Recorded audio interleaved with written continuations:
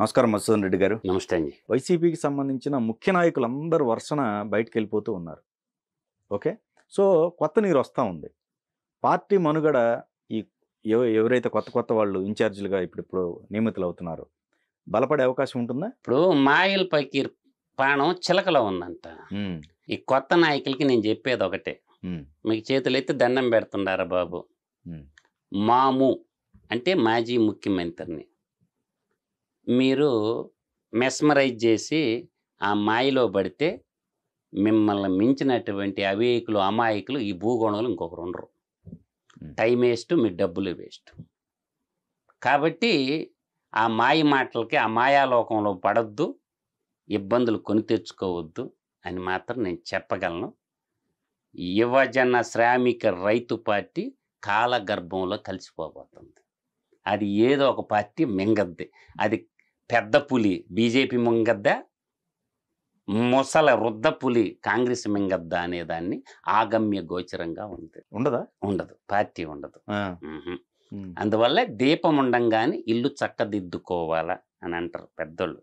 కాబట్టి సీనియర్లు అంచనా వేసుకొని వాళ్ళ దావాళ్ళు చూసుకుంటారు. కొంతమంది బీజేపీలోకి, కొంతమంది తెలుగుదేశంలోకి, కొంతమంది జనసేనలోకి వాళ్ళ దావాళ్ళు ఎత్తుక్కుంటున్నారు. అంటే ప్రస్తుతానికి అవ్వచ్చు కదండి. రేపు మార్పులు జరిగాక ఇవన్నీ కూడా ఉండవు. ఇవన్నీ ఏంటంటే నవతరం యువతరం ఇప్పుడు టెంపర్ మైండ్లో ఉంటున్నారు. ఇప్పుడు మీడియా అంటే ఒకప్పుడు ఉండేది, ఇప్పుడు మీడియా అంటే సోషల్ మీడియా పెద్ద మీడియా అయిపోయింది. కాబట్టి టెంపర్ మైండ్, కులతత్వంతో, మతతత్వంతో, వర్గ వైషమ్యాలతో అంటే అంచనాలు వేయకుండా నిర్ణయాలు తీసుకుంటుంటే ఇప్పుడు నేను చెప్తాను, గుర్తుపెట్టాను. మాగుంటోళ్ళు రాజకీయంగా క్యాపిటలిజం పరంగా ఎంత బలమైనటువంటి వాళ్ళు వాళ్ళే నిర్ణయాలు తీసుకున్నారు. వేమిరెడ్డి ప్రభాకర్ రెడ్డి క్యాపిటలిజంలో బలమైనటువంటి వాడు, రాజకీయ నిర్ణయాలు ఎలా తీసుకుంటాను చూడండి. ఆదాల ప్రభాకర్ రెడ్డి రాజకీయ నిర్ణయాలు చూడండి. తర్వాత బేదా మస్తాన్ రావు తన యొక్క రాజకీయ నిర్ణయాలు చూడండి. అంటే రాజకీయ నిర్ణయాలు అనేవి ఏ విధంగా ఉంటాయని అర్థం చేసుకోండి. టి సుబ్బరామరెడ్డి ఎంత పెద్ద కోటీశ్వరుడు, ఎందుకు మౌనంగా ఉంటున్నాడు? ఆయన వ్యాపారాలు ఆయన చేసుకోవటంలో టి సుబ్బరామరెడ్డి ఆయన ఓకే. తర్వాత అందరూ కూడా, ఎందుకంటే రాజకీయ దురంధరులు కొంతమంది ఉంటారు. మీరు ఒక్కటి రాజకీయంలో ఉండాలనుకున్నప్పుడు ఆత్మగౌరవం అనేది ఒకటి గుర్తుపెట్టుకోండి. బానిస బతుకు వద్దు, బానిస బతుకు వద్దనే వద్దు. నువ్వు నీ ప్రాంతానికి సేవ చేయాలా, నీ ప్రాంతం అభివృద్ధి జరగాల అనుకున్నప్పుడు ఇప్పుడు బాలినేని ప్రజల్లో ఉండు. కాదండి, ఇప్పుడు బాలినేని గారు జనసేనలో ఉండ కదా బాలినేని ఉన్నారు. అదే అంటే అట్లా వస్తున్నారని అందరిని తీసుకుపోతాడు. అతను రాజకీయ నాయకుడు కదా. ఇప్పుడు ప్రకాశం జిల్లాలో కోటరీ అయితే ఉంటది కదా అతనికి. అందువల్ల ఏంటంటే కొంతమందిని లాగుతాడు కదా. బాలినేని శ్రీనివాసరెడ్డి వెళ్ళిపోయినాడు. ఆ తర్వాత కందుకూరు మానకొండ మహేదర్ రెడ్డిని కూడా అంటున్నారు. తర్వాత ఎర్రగొండపాలెం సురేష్ నాకు అన్యాయం చేసిండు, నన్ను కొండేపు పంపించి నేను ఎడుంటే ఎమ్మెల్యే అయ్యిండు ఎర్రగొండపాలెం అని అంటారు. అంటే ఇక్కడ ఒక్కటి గుర్తుపెట్టుకోండి, రాజకీయం ఈరోజు వ్యాపారాత్మకపోయింది. రాజకీయం అనేది పెట్టుబడితో సంబంధం అయిపోయింది. ఓవుడు బయటికి రావటం లేదు అంజి గారు. వ్యక్తిగతంగా నాయకుడి మీద ప్రేమతో బయటకు వచ్చేవాడు ఒక్కడు లేడు.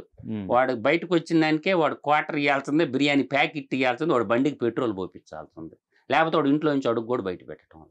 ఓకే. ఇది దేశం మనం అంటే ఈ దౌర్భాగ్యం ఎక్కువగా తమిళనాడు, ఆంధ్రప్రదేశ్, తెలంగాణకే పట్టింది. ఇంకా టైం ఉందిగా, ఇప్పుడు సంవత్సరం కూడా గడవలేదు, ఇంకా 4 సంవత్సరాలు టైం ఉంది. ఇప్పుడు రాజకీయాన్ని ఎవరు అంచనా వేయలేరు. రేపు స్థానిక సంస్థల్లో నేను చెప్తున్నా బలపడరంటారా? స్థానిక సంస్థలు వాష్ అవుట్, కూటమి ప్రభుత్వం వాష్ అవుట్. వాషింగ్ పౌడర్ నిర్మా, వాషింగ్ పౌడర్ నిర్మా డైలాగ్ గుర్తుపెట్టుకో. ఓకే. స్థానిక సంస్థలు ఎప్పుడు వచ్చిన సర్పంచ్లు, ఎంపీటీసీలు, జెడ్పీటీసీలు జగన్మోహన్ రెడ్డి పార్టీకి వాషింగ్ పౌడర్ నిర్మా, వాషింగ్ పౌడర్ నిర్మా ఇదే జరగద్ది. రాసి పెట్టుకో, రిజల్ట్ వచ్చినాక నన్ను అడుగు. నామినేషన్ వేసే వాళ్ళు కూడా దొరకరు కొన్ని చోట్ల. అయితే ఒరే బాబు మేము డబ్బులు ఇస్తాం, నామినేషన్ ఏమన్నా వేయరు. జరగబోయే భవిష్యత్తు ముందే చెప్పిన. బ్రహ్మం గారు చెప్తే బ్రహ్మాండంగా ఉంటది, కిరణ్ చెప్తే చండాలంగా ఉంటది అంటారు చూసావా డైలాగా. అట్టా నేను చెప్పిందే జరగద్ది. నామినేషన్ వేసేవాళ్ళు కూడా దొరకరు.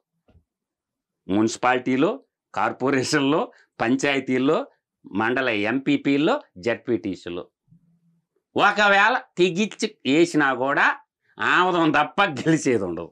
ప్రజలు ప్రభుత్వం వైపు చూస్తారు. ఎందుకంటే ఈ పింఛన్లు కొట్టే నెలకు 4,000 వస్తాను ఎత్తేస్తారు ఓటు అయిపోతాని సంక్షేమ పదాలకు అలవాటు పడ్డరు కదా.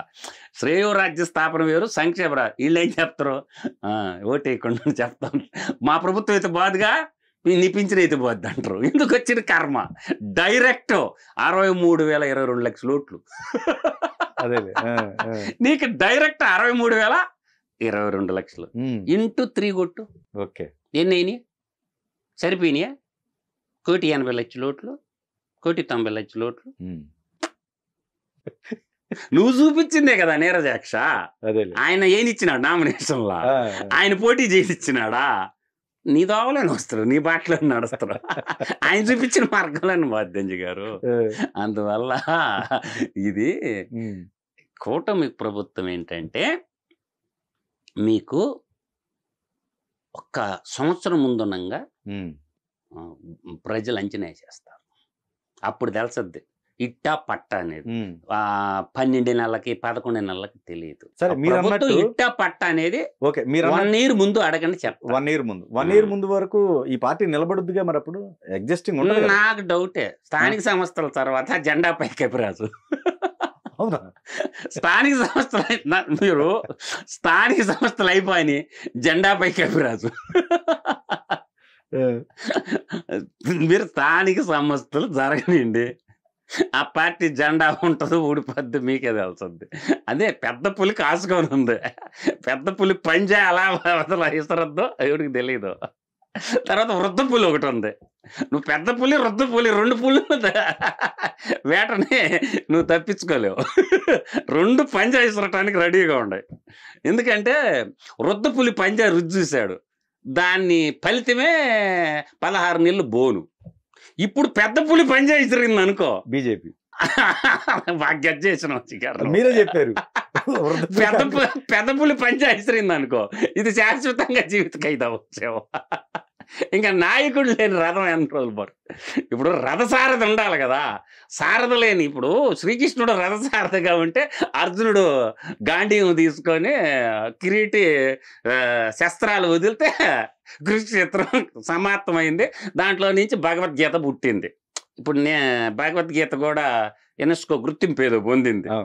అర్థం వల్ల అందువల్ల ఏంటంటే అప్పుడు నీకు రథసారథిడా, రథసారథి లేకుండా యుద్ధం చేయటం కష్టం. రథసారథిని పెద్ద పులి మింగిందనుకో, అప్పుడు మన భవిష్యత్తు ఏందా? నడిపించు నానావా నడి సముద్రమునదేవా, నడిపించు నానావా నడి సముద్రమునదేవా, అదనమాట. అది సో భవిష్యత్తు అలా అలాగే ఉంటుంది జెండా పైకి స్థానిక సంస్థల ఎలక్షన్ తర్వాత. కాకపోతే ఏంటంటే ఈ ప్రభుత్వం లేదా ఒక్కడ అలజడి ఉంది. ఆ లిక్కర్ మీద కొద్దిగా బాబు గారు కఠిన నిర్ణయాలు తీసుకోకపోతే అదే మెయిన్.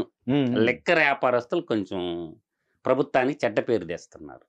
బాబు గారికి ఉన్న మైనస్ ఏంటంటే లిక్కర్ వ్యాపారస్తులు ప్రభుత్వానికి బాగా మైనస్ తెస్తున్నారు. కూటమి ప్రభుత్వానికి మైనస్ ఏంటంటే లిక్కర్ వ్యాపారం, సిండికేట్ లిక్కర్ సిండికేట్ను కంట్రోల్ చేయకపోతే కొంచెం స్పెషల్ టాస్క్ ఫోర్స్ హోంశాఖ ఫామ్ చేసి మెరుపు దాడులు కానీ చేయకపోతే ప్రభుత్వానికి అదొక మాయిన మచ్చలాగా మిగిలిపోతుంది. టెండర్లు అయినా చాలా దారుణంగా ఉంది. నిన్న ఒంగోలులో జరిగిన హత్య, ఒక కార్యకర్తను కూడా కోల్పోయారుగా. పార్టీ కార్యకర్తను కూడా వీరయ్య చౌదరిని కాబట్టి ఒక కార్యకర్తను కూడా కోల్పోయారు. కాబట్టి అది నివురుగప్పిన నిప్పు లాంటిది. అది ఒంగోలులోనే ఉందనుకుంటే భ్రమ. 175 నియోజకవర్గాల్లో ఆ పరిస్థితి ఉంది. కొలగపూడి అడ్డం తిరగటానికి కూడా అదొక లిక్కర్ ఒక కారణం. కొలగపూడి కి అడ్డం తిరగటానికి తిరువూరులో ఈ లిక్కరు, ఈ శాండ్.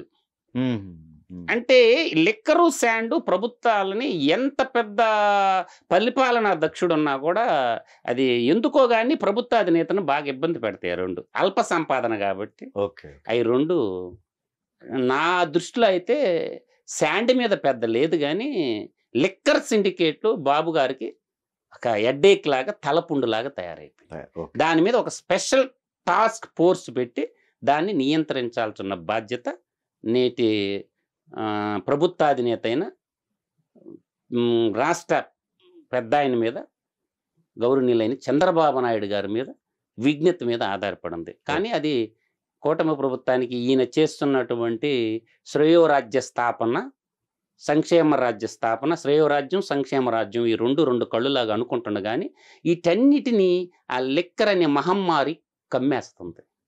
కాబట్టి దాన్ని కొద్దిగా పెద్దాయన కంట్రోల్‌లో పెడితే మంచిదనేది నా యొక్క వ్యక్తిగత భావన.